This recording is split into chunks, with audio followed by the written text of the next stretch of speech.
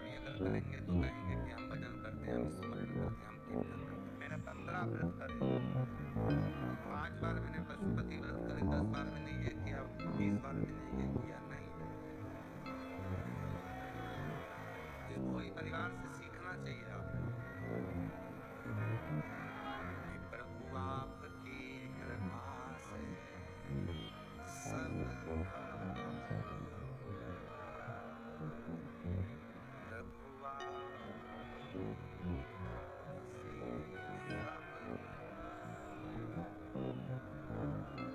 और हमको विजय जी की एक बात काबरा जी कह रहे थे, हम जितना भुवनेश्वर बाबा के मंदिर में लगाते हैं सी और हम जितना भेजते हैं उससे 4 गुना भुवनेश्वर बाबा हमको वापस दे देते हैं।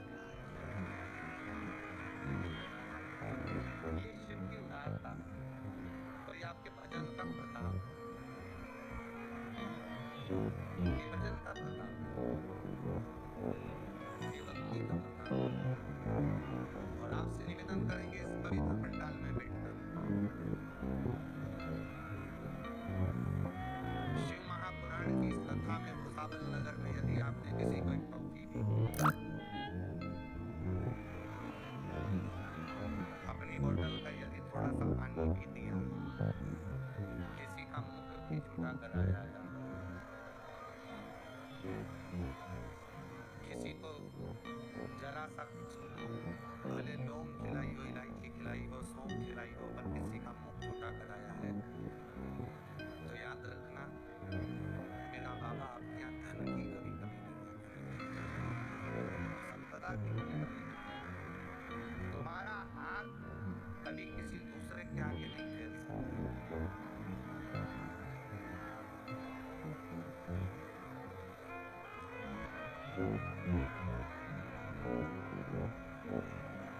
शिव कथा भगवान शंकर का चरित्र कर रहा है, शिव महापुराण की कथा कर रहा है, शिव तत्व कर रहा है।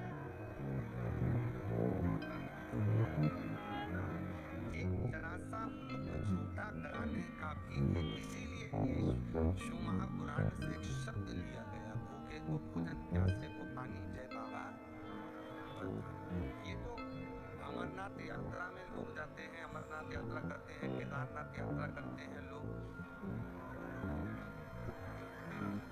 कैलाश की यात्रा करते हैं तो वहां पर लिखा होता है भूखे को भोजन, प्यासे को पानी, जय बाबा भगवान। क्यों लिखा होता है? ये कहीं और दूसरी जगह से नहीं, ये शिव पुराण का शब्द है, ये भगवान की शिव पुराण का शब्द है। क्योंकि मेरे भोले बाबा ने जिसकी भी परीक्षा ली, वो भूखे बनकर, भिक्षुक बनकर, भोजन मांगकर,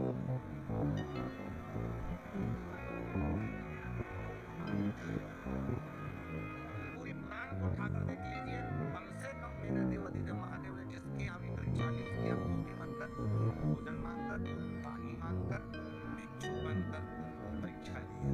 और आज भी मेरा भोले बाबा कथा के पंडाल में जब 7 दिन आकर बैठता है तो आपकी परीक्षा कहीं ना कहीं किसी न किसी रूप में लेते हैं, कहीं ना कहीं किसी न किसी रूप में वो परीक्षा लेता है और परीक्षा लेकर वो आपकी झोली खुशियों से भरता है,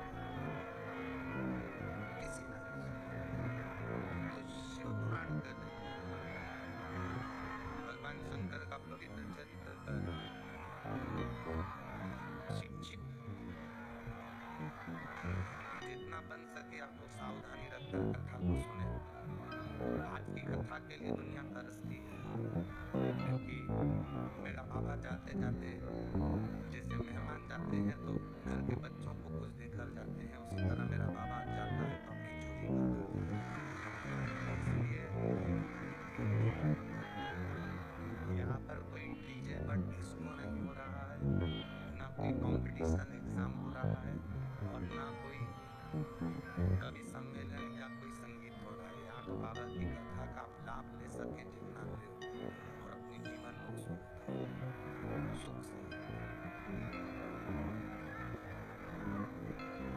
शिव परीक्षा जरूर लेता है, किस रूप में आएगा, कैसे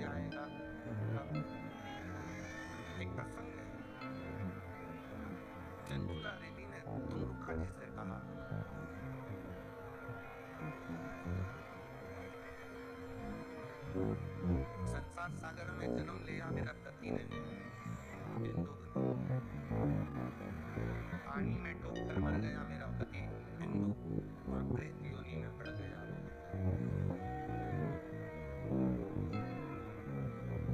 उस बिंदु को प्रेत योनि मिल गई।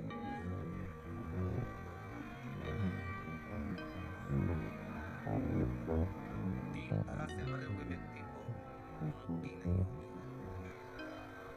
उसका मोक्ष नहीं होता। पहले नंबर पर है पानी में डूब के मरे हुए व्यक्ति की मृत्यु होने पर उसका मुक्ति नहीं, मोक्ष नहीं। दूसरा, सर्प से डसा, वो डस कर वो मर गया, सर्प के डसने के बाद बच जाए, बाबा की कृपा। सर्प डसा और वो मर गया, मरने पर उसकी मुक्ति नहीं। ये स्वयं राजा परीक्षित का सम्मान भी करता है।